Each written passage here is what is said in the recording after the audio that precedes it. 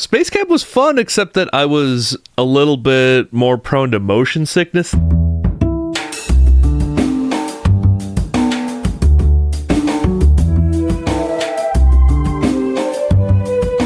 This is Champaign is Also a Band podcast. One songwriter, one song. I'm Sven, your host for a journey into the music of Champaign-Urbana. Recorded in the Blue Box studio with a songwriter from the Champaign-Urbana music scene, past or present. Champaign is Also a Band podcast is a member of the Champaign Showers Podcast Network.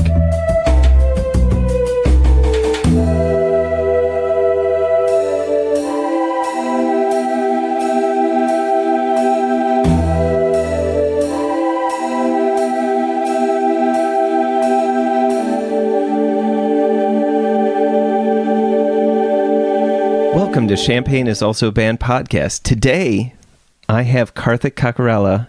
You may know Karthik from such bands as Pizza Party at, Wicker Event, Of Course You Realize, Solar Shadows, Karthik Kakarala, Kakarala Ensemble, Kakarala Quartet, and you put in parentheses twice, siuIU. Yeah. I don't know. That's how I format it. Just don't worry about the parentheses. Okay. But siuIU. Yeah. Improvisation unit is what the IU stands for at the end. Yeah. So that you went to SIU? Is that? Yeah, for a little while. Oh, okay. After my degree. Gotcha. Carbondale's a really good place to go if you're in between things because there's so many options. Oh, I see. And this was before I got into med school, and I wasn't sure if I was going to get into med school. Gotcha. But I was like, well, if I have a crisis outright at this point, this is a good place to be. There's this guy who's like maybe a year older than me, and age isn't an important thing, but right. There's a politics to it sometimes. Right. And these School of Music students, they were also in the School of Music, so there was... So if you play blues, for example, the easiest way to explain this, if you play blues and you're soloing in a blues context, that's an idiom. That's a blues idiom, right? So this was a non-idiomatic improvisation group, which is a very tough thing to do without just it turning into nonsense and mush. But this percussion instructor came in, and for one of the extra classes that he was teaching, because sometimes the ensembles and the bands in schools of music are themselves effectively class credit, right? Mm-hmm. So there was a non-idiomatic improvisation unit, but that meant that more than half of those people were percussion people, whether or not they were master students or undergrad, and then there were a few other School of Music students, and then two or three people of which I was the most out of left field because I wasn't enrolled in the School of Music in any way whatsoever. Every week we'd practice improvising and listening to each other actively. So that's what that's how siuIU is. That's technically a band I've been in though. So yeah. All right. So Siege Circuit. Yeah. And Birthday Cookie. Yeah. Acid Funeral. Sure. Solar Shadows Trio. Karthik, welcome to the show. Hi. We're going to be listening to your song, Albedo, which you just recorded in the studio here. I'm really excited that we got to capture a live moment, but also something that's actually static in history now. So, because I have field recording versions of that, and then phone video recordings of that song. But this is technically the most quote unquote studio version of it that's occurred so far. So, gotcha. Historic moment, right? And the way that this was recorded today was very much a genuine, as much as you would be performing in a live setting. Oh yeah. And I thought that was very remarkable. There is a definite difference between people that will come in, and there's no right or wrong way. I'm just saying that all musicians are different. Yeah. Is that people will sometimes jump in and be like, I'm just going to nail this part. I've got it down. Muscle memory. It is, that is the goal, is to get a perfect take. And when you came in, your perfect take is not necessarily because of what you end up playing, but more of the emotional context in which you put it in. Yeah. At least is my interpretation. Okay. Well, because that's the thing with when you're doing a loop, yet there's also improvisation involved, is that those initial sounds that are set down end up shaping the decisions I make later, because I know overall what I want, and then sometimes I'm still trying to push it forward each time, because that's what keeps me doing it. So right. So a lot of the same notes will still be there, but there's a lot of options I give myself. I consider myself, I've said this to people before, but a lot of the times in the last few years I've described myself as a jazz musician if he tripped over a branch in the woods and fell into a well that happened to be covered up by some branches and was just at the bottom of that well, couldn't really get out, but still was playing music. That, yeah. Yeah. Hold on, let me play this chord. Yeah. Okay, got Please, if you hear my jazz, like, maybe you'll come and save me. Yes, my jazz is a cry for help. My broken whatever bones jazz at the bottom of a reverberating well. As I like to say, without further ado, let's listen to the song.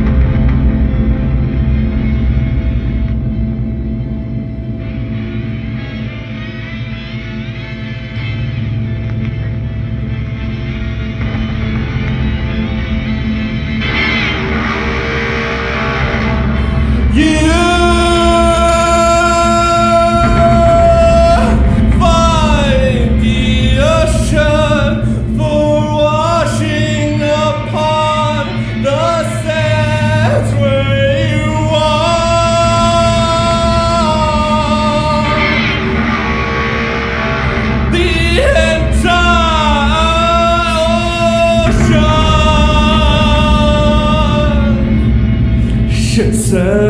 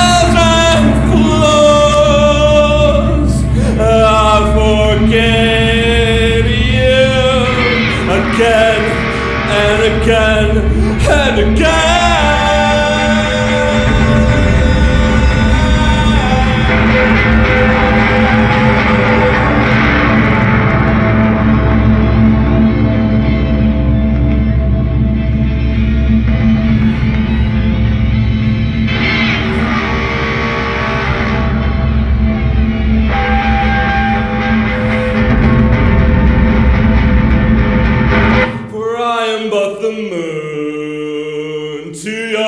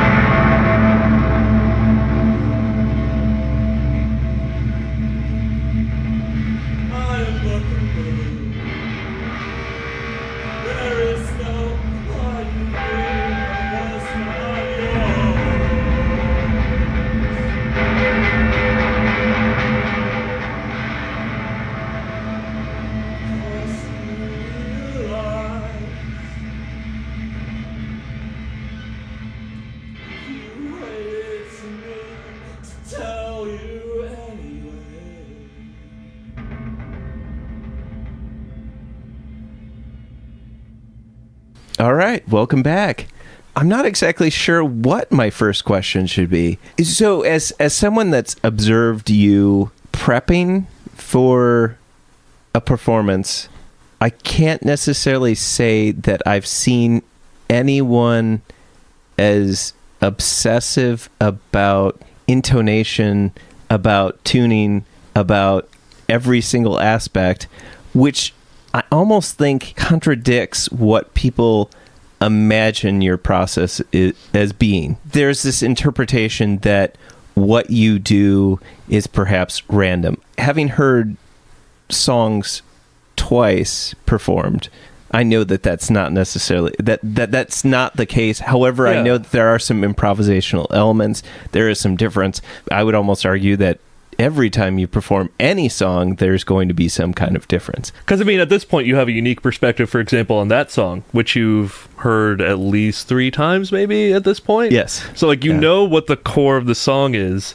from an outside-of-my-head perspective, even though a lot of other elements are kind of shifted and slid around, like a Tetris piece. Since we kind of addressed the random and yet kind of obsessive qualities of the way that you put together songs in general, let's just talk about this song in specific. Sure. So I love asking this question always, did the words come first, or did the construction of the piece come first? Or in this case, the words came first for the most part. There's a few words that kind of slid into place since I've came up with the sounds, because the first time I played this at all was at the 6th and Daniel Espresso Royale that is at least temporarily no more, right, when they were having the open mic there. I've taken to referring to playing at places, and that it might be calculated arrogance on my part, but I've started to refer to playing at certain places where I theoretically shouldn't be as infiltrating scenes. Because there's no, I mean, IMC's good, some basements are good, but at a certain point, I have to be honest and say that other than Ghost Planet, which was a basement that was very much oriented towards experimental and noise music because of the people that were living there, everywhere else is not overtly whatever that would be, an experimental noise venue. What would that even be? Like, there, and I'm not calling anyone out, I'm just using examples, right? Right. Like Rose Bowl is quote unquote a country bar, right? Right. Blackbird, kind of walked myself into a corner there, but Blackbird, like, you definitely see more that. In Canopy Club, you see more of the like hip hop stuff happening there. Rock venue stuff happens there. Watson's wouldn't be a noise venue. Avionics wouldn't be a noise venue. What would that even mean? Loose Cobra is like overtly pretty welcoming to me, or they're just gathering evidence on me at this point. This is the only open mic right now where I don't feel like the proverbial huge cane is going to come off from the side and like yank me away at some point. Or the gong. Yeah. Although the gong I would just turn into my set, though. One of these days I am going to play the food table as my Snakepit set. Yes. So now you have that recording of me saying that, because I've said it a few times out loud. So we kind of didn't dive into the fact that the lyrics were the initial part about it. For better or for worse, I considered this a romantic song. You've at least read the lyrics and have heard the lyrics in a few different contexts. Yeah. I won't be the person to judge whether the theoretical relationship being depicted is a healthy one 100%, but it's a real set of emotions. Right. And I've kind of abstracted it, but not too hard. Like, I'm not going at the reading level that I could go with to be deliberately obtuse, but the song is being sung from the metaphorical perspective of the moon, as I very deliberately note. But it's a useful, though, because I looked back in the last couple of months. I don't think I've really gendered the parties in a lot of my songs over since 2005 is my framework for this. because I've never thought that that was necessarily the binary was necessarily the only way to be romantic. So, I mean, there's a lot of cultural gendering of the sun and the moon, but in my eyes, there's no given identity of the moon. Even though I'm saying things from an I perspective, I'm not saying that me, the person that wrote the song, is definitely writing myself into the moon. 100%. I think a lot of people have been from that perspective. You have the line, "For I am but the moon to your sun. There is no light in me that was not yours." I feel like there's at least some kind of story there with why did you find it important to say, or at least imply, that you are not one that can generate light? That you have to only reflect the light of others. In any human relationship, I do feel like there's a negotiating of self and ego, especially when it's a two-person relationship. I do come from a lot of times a more communal aspect to love, let alone interacting with people. A lot of times, maybe me, maybe a lot of other people that I know, we don't feel like that light and that heat, that warmth is necessarily coming from us. There's been plenty of films that have dealt with that pretty clumsily, would be the best way of putting it. Like, oh, this person came and saved my life or whatever. No. Like, a lot of people do feel like outside of a relationship that they don't generate that warmth and that light. They're not necessarily correct. To me, it's a sincere emotion to feel like that's coming indirectly, that it's being reflected rather than generated. To feel like one is continuously trying to balance the ledger, catching up, just by allowing me in your proverbial orbit. Although the thing is that one might argue that the moon doesn't orbit the sun. Sure, but it orbits a thing that orbits the sun. Right, which is a disconnect, a specific disconnect, and the Earth does get in the way of that warmth. Yeah, there's a phenomenon called Earthlight that I'm going to look into a lot more for a different kind of companion-ish song. Light theoretically reflected from the sun off the Earth to the moon, or light that literally directly comes from the Earth, because of course there's a lot of things that generate light on this Earth. But that's the kind of the blue marble idea, right? Yeah. Do you have a particular interest in, I don't know, the celestial bodies that kind of, do you feel like that informs you in terms of... I was that kid on the Scholastic Bowl team that knew all the space program things. I went to space camp. Space camp was fun, except that I was a little bit more prone to motion sickness then, so there were certain things that I couldn't quite handle as well. I was good at, like, two things. One was being kind of the commander and doing ancillary sort of piloting, and then mixed bag in terms of mission control when we had to do that part, because you still have to have people listen to you. One of these days, I will look up more about Indian astrology. Whether it's real or not, I feel like kind of ripped away from it, because the way that astrology and astronomy are talked about in the public perception just don't really align with anything that I would have grown up with. My dad originally didn't technically know what day he was born on, because that's village records for you. Oh, wow. So they had to like back deduce it off of what the moon cycle was at that point. Does that mean in some ways you're speaking from not only your own perspective, but maybe your dad's perspective? There's a little bit of it, yeah. Is this the first time that you've used that phrase, of course you realize, in a song? You know how in especially the 50s and the 60s, like somehow the band's name will kind of pop in terms of certain songs? I'm like kind of siphoning from that. Oh. And there is a concept of conviction / the anticipation built into the ellipses at the end of that. Right. So it does plug in really well into certain lyrics.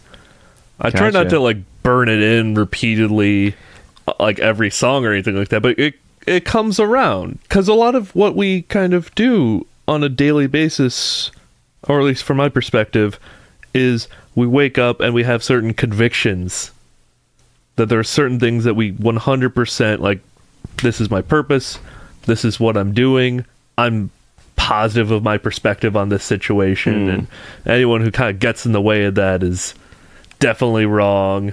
The 10% of that confidence, I could do so much. It's interesting to me that let's just say your approach to singing, or I'm not sure what the right term for it is. I don't know. Not to say that you term, don't sing, but Okay. I'm just going to say you do not approach singing in the traditional method of leaning up to a mic and singing into a mic. That frustrates people a bunch. Like, I know how to use a mic Yeah. when I 100% like need to do it for a certain specific purpose. Right. So it's a choice that I'm doing. Oh, yeah. Yeah. What it reminds me of is when, it seemed like it was like late 70s, early 80s that in the TV and movie industry, they were like, let's break that fourth wall, right? Let's like address the audience. But it's not, the thing is that I feel like at least within a play or some kind of theatrical event, there has been that sense of addressing the audience. You know, there's the soliloquy, there's that one, I like when I said that, I thought, oh, it's like Puck addressing the audience at the end of Midsummer Night's Dream. Yeah. Because they're here. We're all here. Right. Yeah. But the thing is that I did have a discussion with somebody else about when we went to the noise show at the Rose Bowl, and that sometimes it's like there's still that sense of when something is performative that you still have to do that willing suspension of disbelief, which is in much the same way that we interact with a TV, that this is something that we watch and that we are, to an extent, safe from. But I feel that at least, and this is probably one of the things that I absolutely love about the noise experimental scene, is that it doesn't, I mean, you are perfectly safe, obviously, but you're not guarded. You're not protected from experiencing the sensation of you're drawn into the show, and other than me just like yakking on forever, I do feel like your presence of having your loops and the song where you will in fact step out in front of the normal microphone and maybe even meander about the bar or the audience, which I've usually plotted, like at any given moment when I'm doing that, I'm like a few moves ahead. I'm like vectoring where I'm going to be next, like a few moves in advance, and it ends up getting usually around the thing. And of course I need to be a lot more deliberate with it at the Rose Bowl because, you know, I actually get an orbit going on. Right. But I feel like one of the things, at least within normal rock shows, is that there's that opportunity to like disengage from it if you want. Which, I mean, I'm not going to say that noise music doesn't have a certain meditative quality about it, which I hope is it does. a certain disengagement in a certain way, but a mindfulness in a different way that is separate from your particular specific circumstance right then and there. However, when you venture out into the audience and sing your lyrics, there's this so... I mean, like, for me, it is such a disconnect, and I hope I'm just not yakking too much about my own experience. Do you feel jarred? But, do you feel comfort? Oh, I mean... I've never gotten to ask you this question. Now I get to ask you it now. No, I mean, to be honest, I do feel jarred, but it's not... I don't... But you still feel safe, is what you're saying. Oh, yeah, Okay. absolutely. I'm not like, oh, that's so threatening. Yeah. But there is a certain accepted comfort level that we tend to put on ourselves when we're in an audience. But the thing is to allow yourself to accept that potential happening could happen. Sure. I don't know. Yeah, I don't know. There's a I think, dramatic difference between the people who've seen me before and the people who are experiencing me for the first time. I see. In terms of that, like, not that the brain remotely does things in a file table kind of way, but if it did, there would be like a file table of just like first reactions of people the first time they saw me like step into their view, and I'm still singing, but I'm still pushing some solid volume. Like, I'm not holding back a lot of the times. There's an association with the microphone. You know, they're using the microphone. They're just gonna kind of do their tone thing in terms of placement, and they're not using, not to old-fashioned it necessarily, but, you know, vocal cords and a diaphragm. Right. I do have to say, like, I think the first time that I saw you perform, I think it was actually at the Snakepit that you performed, and then you had moved from what would be considered the stage behind the audience. The only thing that occurred to me was like, I need to keep staring forward, which is really just so bizarre to me. Like, but you in did. retrospect, You yeah. did, So I just though. was like, I'm going to continue to stare at the stage, because my interpretation at that point was, okay, so this isn't about Karthik moving around. It was more about Karthik is changing the sonic quality of the, I don't know, of the scene, of the show, of his piece. To an extent, I'm mixing on the fly. So, yeah, so I was thinking, I need to be listening to this with the backs of my ears towards Karthik. Sure. It was more about experiencing the sound rather than interacting with you as a performer, which I think later my interpretation was like, you're moving out into my space, so I need to interact with you as a performer, which is things like making eye contact, watching you, and there's different intimacies with that, though. Yeah. It is. I mean, there's something to be said to have somebody that can nail a performance over and over, but also someone who can make the same performance be different. At least the way I grew up with things like rock and roll and jazz and such things, I associated risks involved for creativity. So that is one of the ways in which I introduce risks. Different people are more conscious of this than others. But when you say something, whether it's artistically or whether you say it with your voice, there's the risk that what you're communicating could get lost. And at least the way I perform a lot of songs, I'm trying to introduce the risk that what I am extrinsically saying is going to get lost. But the tone of it, via what I've generated, then the general tone of my voice, like, that will still get through. Well, and I almost think that because of being unmiked and being out in the audience, is that it makes me think of when they recorded the Edison wax cylinders. So it used to be that back in the day that they would just gather musicians around the cylinders and have multiple recording devices, but they would all be pointed in or closer to different things, so that in a certain sense, that if it was a quartet or an ensemble of some kind, you'd be like, some would get more clarinets, some would get more of the trumpet, some would get more of the drums, and da-da-da. So, like, each recording, because of its proximity to the source, it would have a different experience. So, but don't you feel like that's how we experience the world? Well, yeah, absolutely. Like, don't get me wrong, I very much appreciate the headphones so that we can monitor ourselves, but that's not really how we hear with our two ears. There's a lot of other data that we get from the reflections of sound in the room.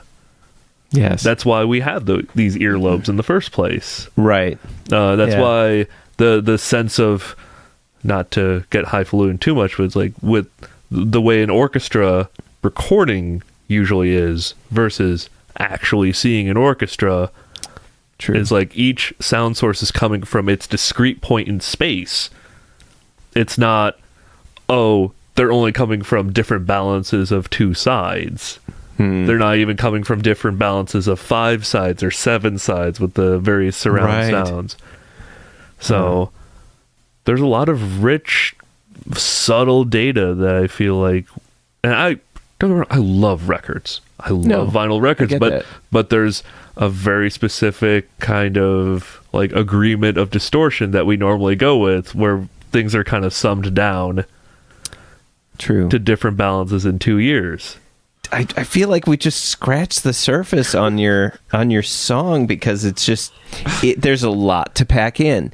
We didn't even discuss how you construct the loops, how you. I even appreciate that you understand that there's a lot to unpack, because a lot of times people are just like, "Oh, I really like that you don't have a lot of lyrics." I'm like, "Okay, so what do you mean by that?" I like how you shut up a lot of the time, right? But they mean well. It's fine. Like, that's my anxiety that I'm articulating. I'm not calling them out or anything. No. But the thing is that how many things in this world are beyond words? When I talk with somebody, how much of my world am I actually sharing? I'm like, it's got to be less than 1%. But I mean, it's such a fraction. My experience trying to convey to somebody else is so tiny that I feel like. But you're editing. Why wouldn't it? But yeah, there's some editing. But the thing is, and this is not just unrestrained, that editing that you mentioned. It's that I don't have enough words. I don't have enough. Like, there's not enough time in the world for me to convey everything that is held. You know, if I just spend an hour by myself, it would take infinite amount of time for me to describe all that happened in that hour, even if it was completely boring hour, right? Yeah. So I feel like... But you organize it, right? If you were to theoretically attempt to summarize it to someone else. Right, but things that's would fall into summary, right? Yeah, things would fall into bins, though. You wouldn't record each discrete event and then tell it in sequence, because that would seem like a mess. A lot of what we think sounds like a mess if we just, like, somehow very artificial, linear kind of thing, because obviously we don't have linear systems in our brains. If we were to play by play every thought that we experience in that hour. But I guess that's kind of why I'm saying, I mean, I guess I did that as a roundabout way of explaining why, like, noise and experimental music makes more sense than I think a lot of people tend to give it credit for. Because I feel like, I mean, life is noisy, but also you look at any kind of informational exchange. To an extent, we've talked about a number of moments where it's like, that's why I need to kind of, not to make it a wizard thing, but that joke continues on with me and my friends, but that's why I need to summon certain mindsets, because ultimately I'm communicating sounds that are inner and reinterpreting them into sound. And then, you know, the real trick sometimes, at least for me, a lot of people seem to think that it's easier than it is, and it never feels easy, and I don't know if I want it to, but that first loop is the length that, at least on my stupid looper that I've had since 2008 or something like that, that first loop sets the time frame of all loops that follow. So if you saw me like sneak a peek at my freaking Fitbit on stopwatch mode, that's me just like double checking actual time versus how I'm perceiving it to make sure I kind of like lock into my own proverbial drummer. Then I build up that feeling where it's like, oh, I know like the feeling of when that surge in the composition is going to come in. But that's what, by comparison, people are just like, what are you like when you have other musicians? I want to know what that's like. It's like in charge yet also collaborating with people to create stuff, and I like the looper. It gives me certain things that I can do, but gosh, the more people I play with, fewer things I have in my signal chain, to the point where that guitar ensemble that has my name on it, I have a tuner and a buffer, and that's just to make sure that signal strength stays good on the chain into my tube amp. What was it? It was like 4 guitars, including me and Keith on drums, and there's conductor gestures to like lengthen out, shrink, increase pitch, decrease pitch, signal specific people. So I'm not necessarily paying attention to the time as much, but with that I nailed like 29:59 or something like that on that recording. Yeah. That's so you could fit it on a vinyl if you wanted to. If I wanted to. That's like, not to bring in like completely different bands than of course you realize, but that's like a great way for me to answer that question basically. So do I ever just let go? It's like, yeah, but then also I've built up an internal clock where I can actually like hang in there and keep things halfway reasonable. I feel like there may be the potential for people to be like, oh, it's just screwing around on the guitar and making noises, and your sense of like, I know I've watched you mess around with the intonation. I've watched you make sure everything's in tune.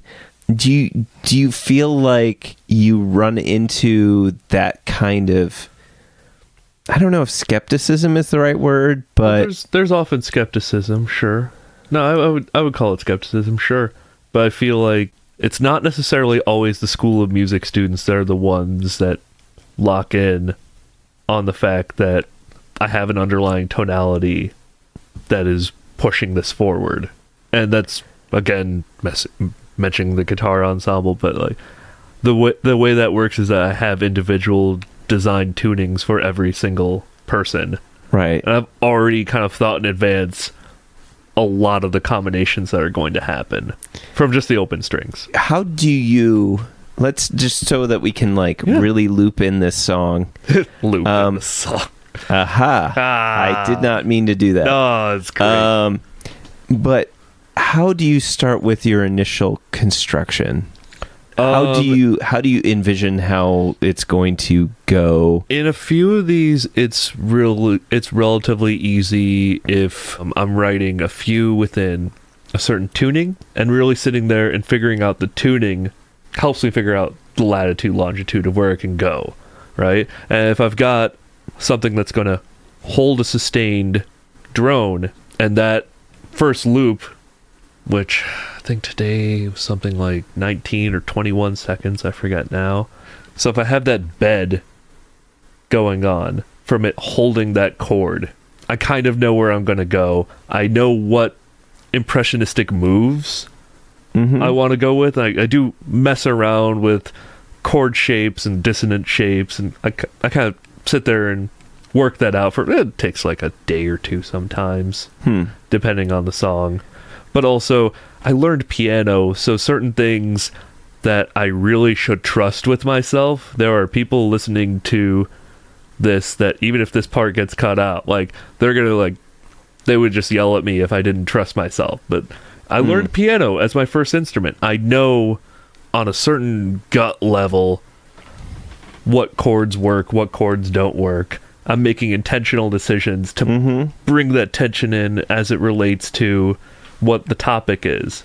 I don't know. There's something beautiful sometimes about when people can sing about tense and dark things, but they have these really pretty progressions going on, and there's a real disconnect that I really envy when it comes to stuff like that. Maybe I'm being a bit of a lunkhead by going very overt and oh no, I'm gonna put the distance right there, for you.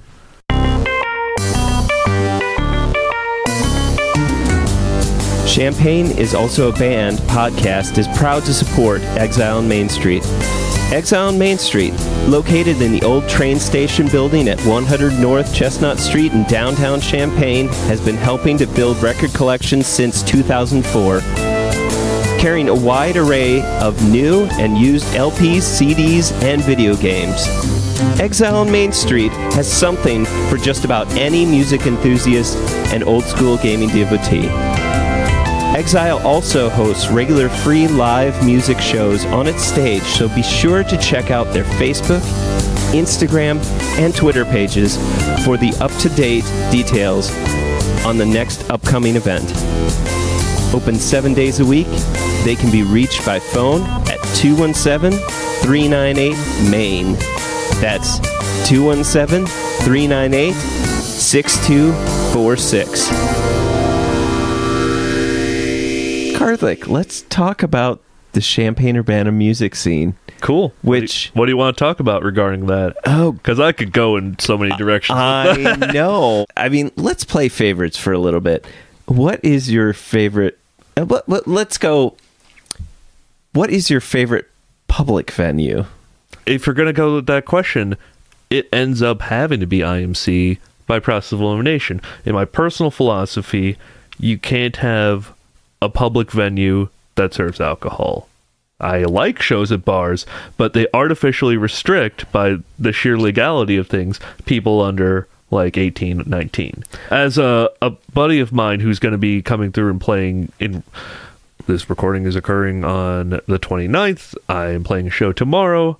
It's going to be in 3 weeks. But just in retrospect, look up Decide Today. Look up THX 1312. I've known Robert for since this project started, actually.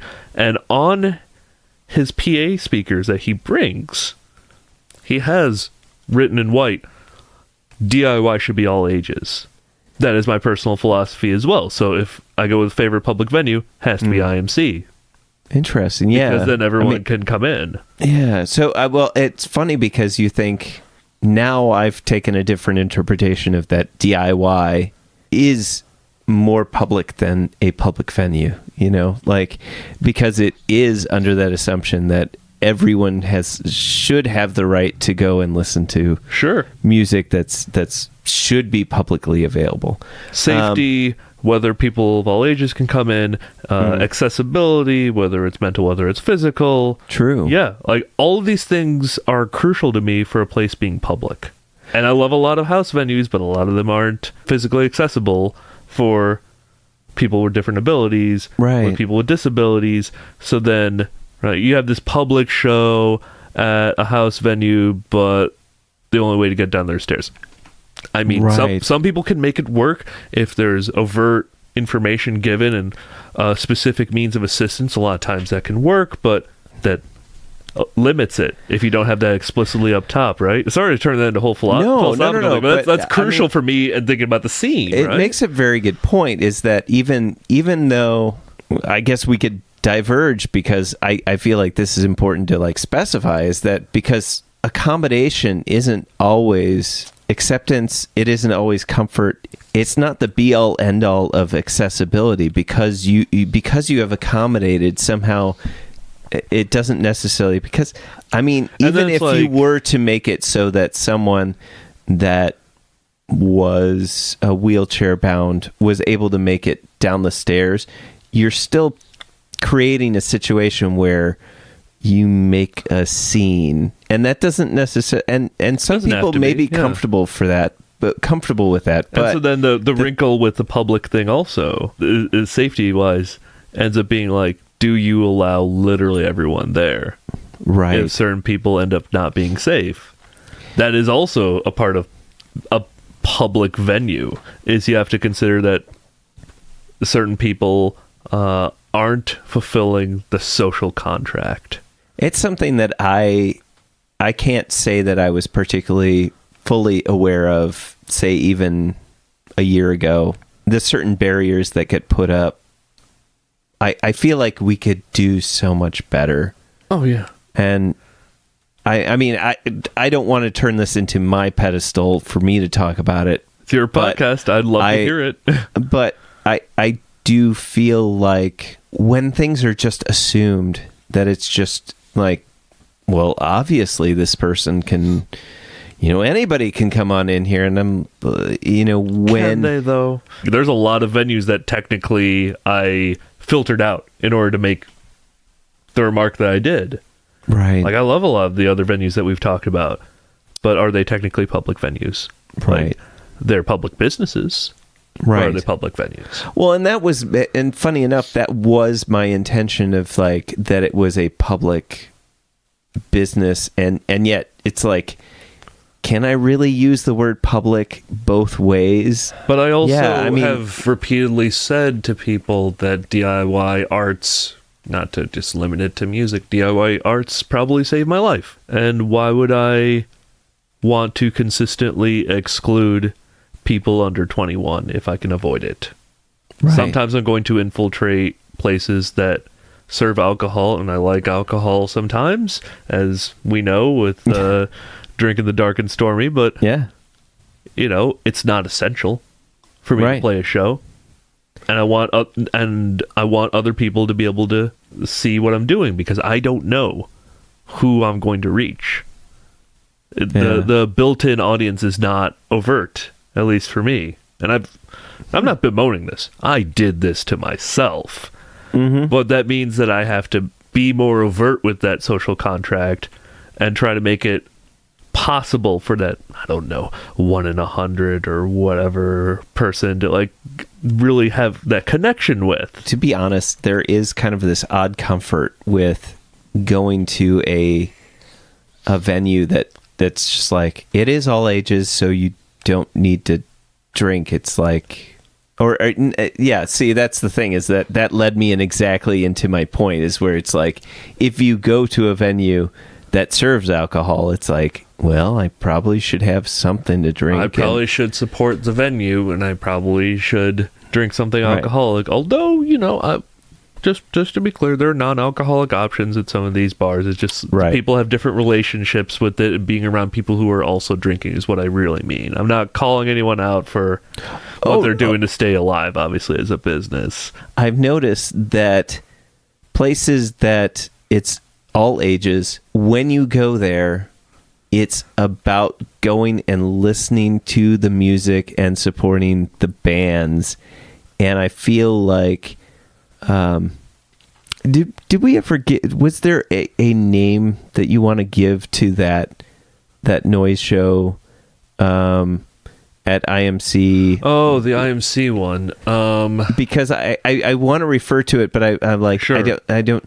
But anyway, there was something so amazing when the music got quiet.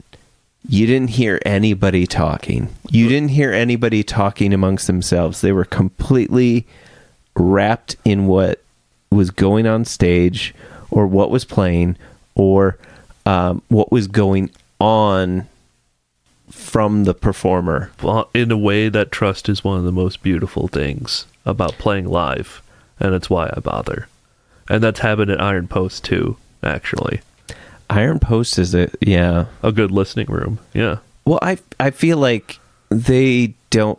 I can't say that Iron Post has like a niche. Like, it's just it's kind of their own. They just do anything and everything. Yeah. And I've seen some clearly pretty distinctive, shows there where it's just like, there's jazz sometimes, there's rock and roll, there's country, there's folk, there's in Champaign-Urbana. Do you have a favorite show that you've ever been to? Should I exclude anything that I've played? Because I feel reflexively obligated to exclude things that I've played. Because I'm really proud of that Rose Bowl show and that most recent IMC show. Like, genuinely proud. Even though, like, 3/4 of the Rose Bowl lineup was also on the IMC lineup. I just stand by it. There was so many great things about the Prairie Noise Invasion that, I mean, I'm going to jump in and say that in most recent history, that's probably been the best show that I've been to, just because it had certain Salvador Dali qualities about it. Everything about it was completely genuine. You had 4 noise experimental acts, and all 4 of them were completely different from one another. It was very, very clear that they were all very distinctive.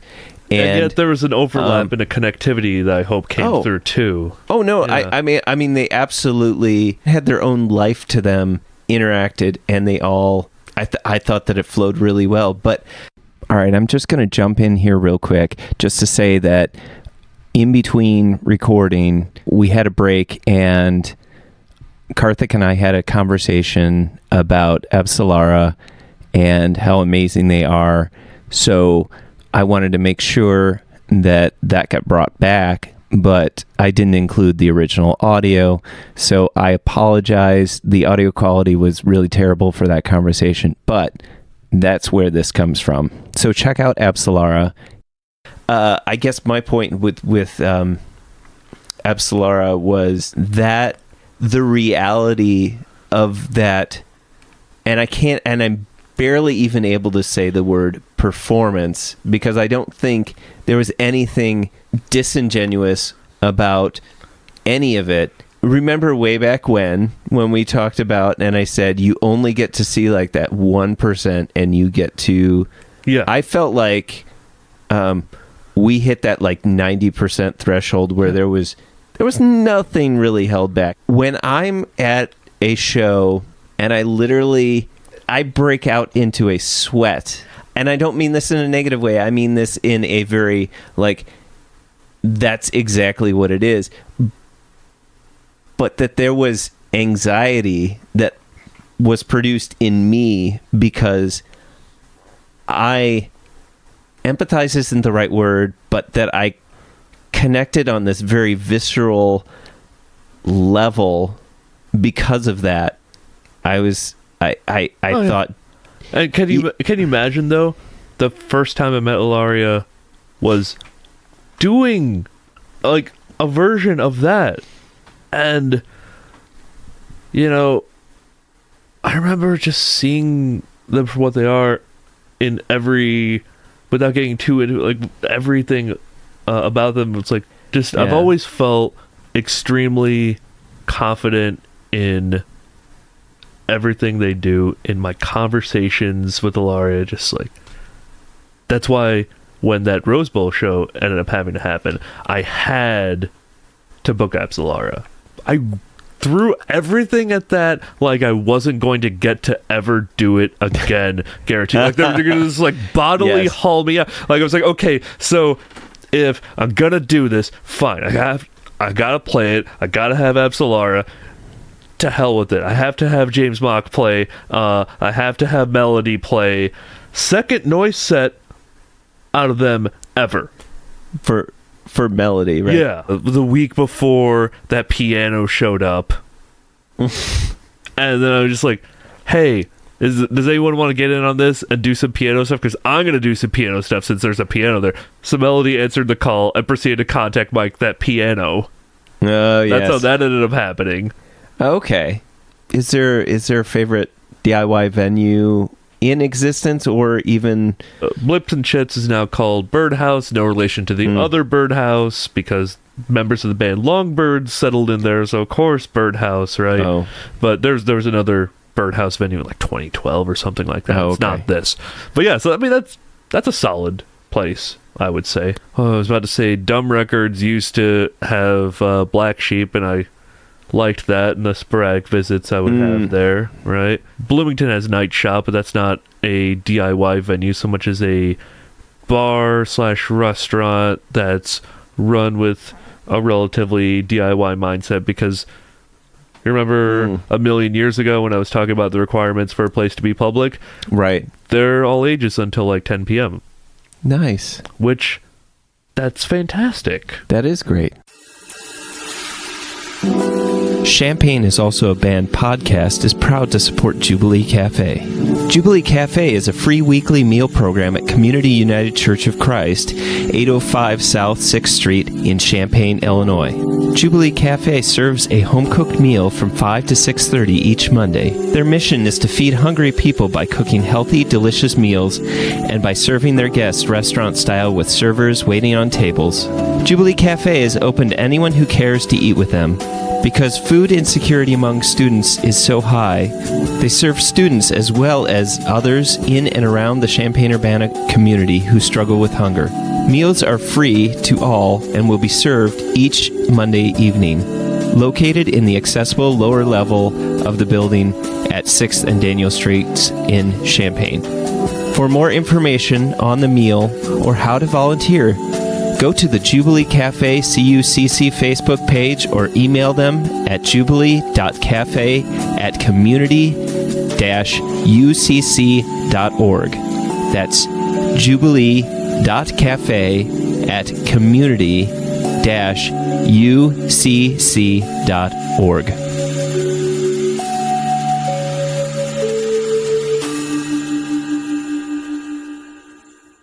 But let's just talk about your favorite, you know what's coming, non-musical thing. Okay.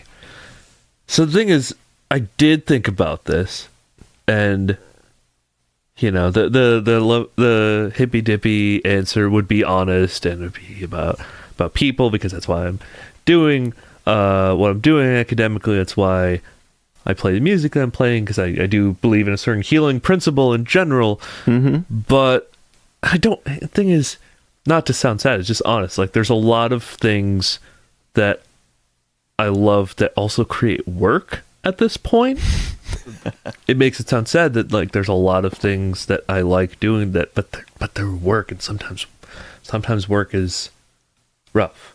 So I don't have ties of specific sorts. I don't have like a pet or anything. It's like overtly. So the thing that came to mind today was the 1980s Transformers stuff. Yeah. Quite sincerely. Oh. Because there were 4 seasons of that. There's a movie slapped right in the middle. Yes. And that movie ended up being a weird blueprint for so much about me, because there's this explosion of colors, big cinematic moments. You've got overt nihilism as a villain and stubborn hope. Does that sound like anyone? And as the huge nihilistic force, you've got, and keep in mind, I had this dubbed on a VHS by my father. So kids at that point, you watch it and it burns into you and becomes part of you. And like when you close your eyes, you can see it. And so Orson Wells was like the principal villain. And you'd had 2 seasons, and you'd had 2 seasons of like the Decepticons and Autobots. Mind you, they're stranded on Earth during those, and they're fighting over like resources is what it comes down to. Like, and they're forming into energon cubes. And like, yes, positive is this. Side note, yeah, totally get it.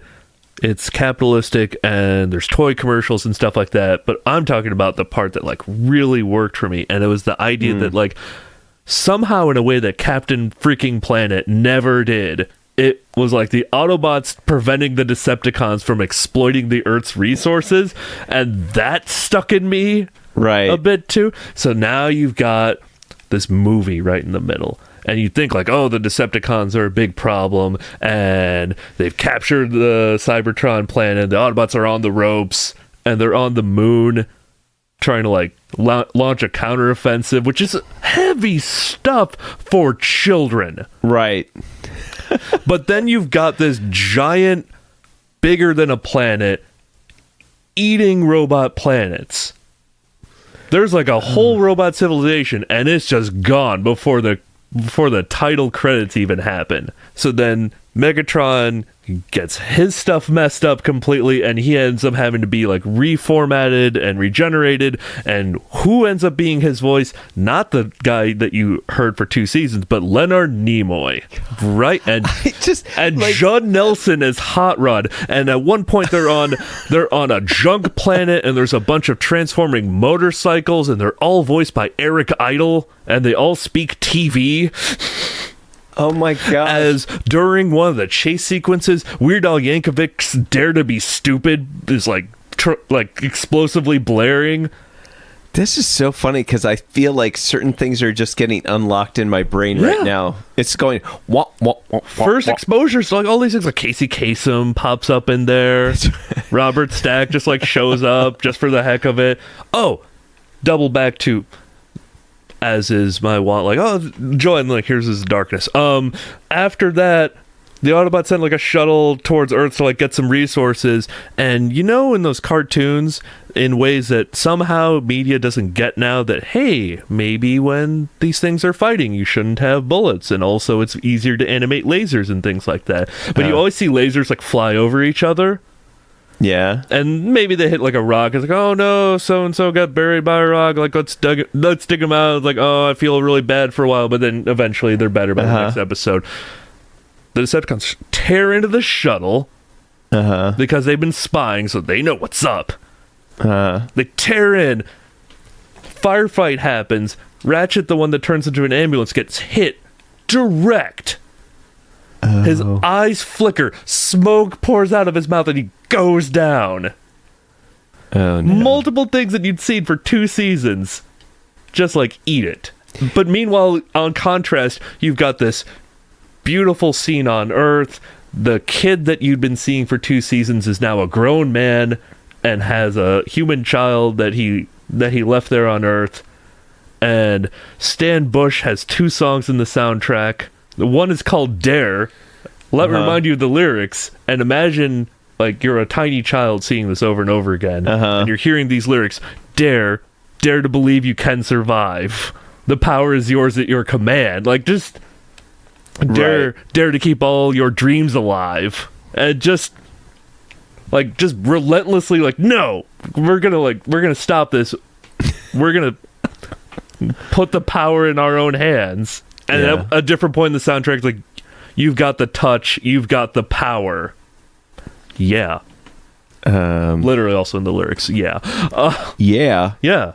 I feel like so much about that ends up being at least one of my favorite things. Just already I'm relentlessly dorking at you about it.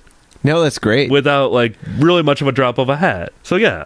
And Peter Cullen's they're holding it down as Optimus Prime, the one thing that's held true in most Transformers media ever since. How do you mean his? Oh, even in those weird CGI films that we occasionally acknowledge, it's still Peter Cullen doing the Optimus Prime voice. Yeah, gotcha. Do you remember when it was like? I think that must have been from the movie that they decided. Oh yeah, we're now going to have ones that like Voltron, right? Like no, that was in the show.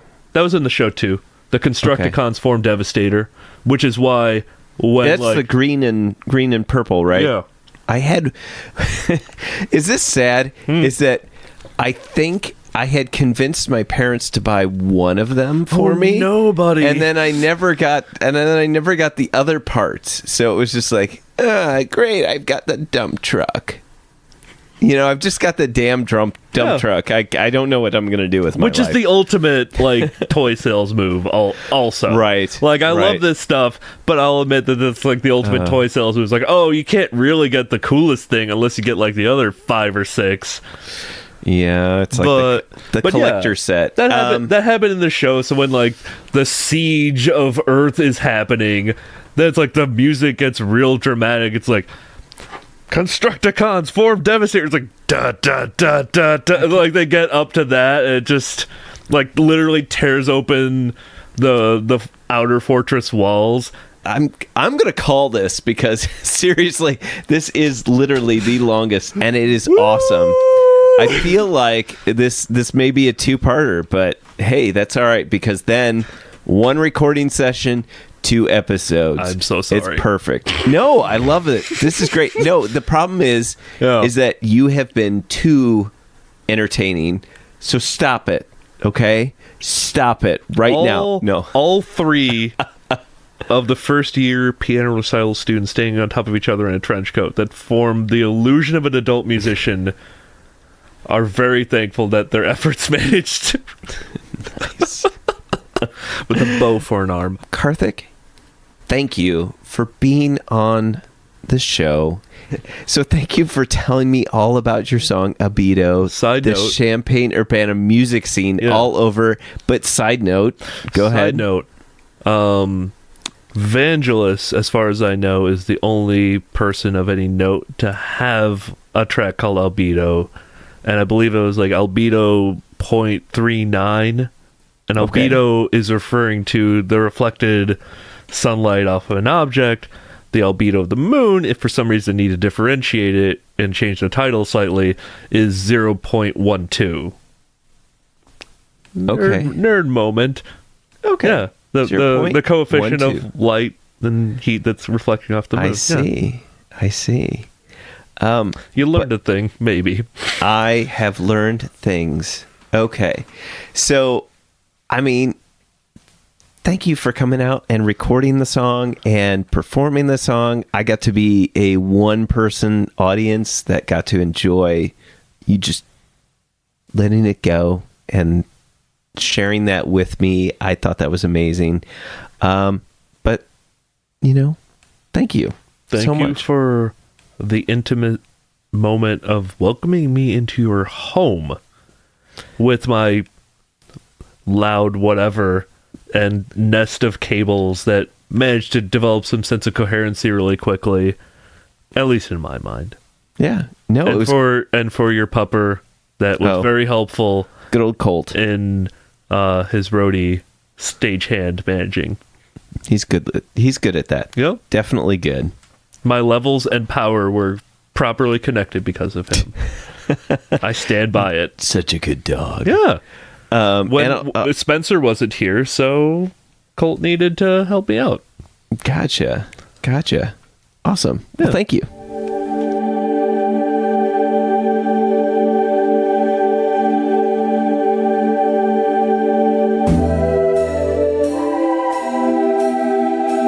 Thank you for listening to Champaign is Also a Band podcast. This is Karthik reminding you, great music is out there. Go find it where you live.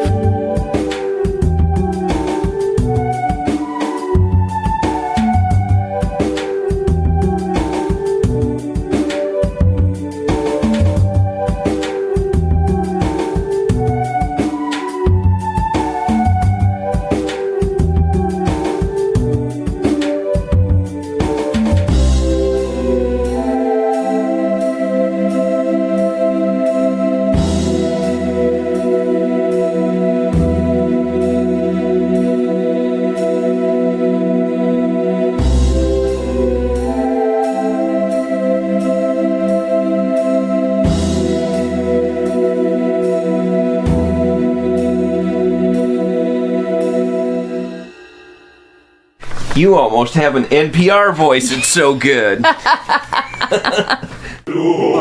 Studio sounds bigger on the inside. Why do they hate you so much? I have become self-aware, and yet all I can feel is the need to go to the bathroom. Where do I go to the restroom in this thing? I need to go empty my oil. I need oil change. Wait, that's different. Okay. You are the podcaster. Warning. All right, good. Cool. Hey, it looks like levels are great.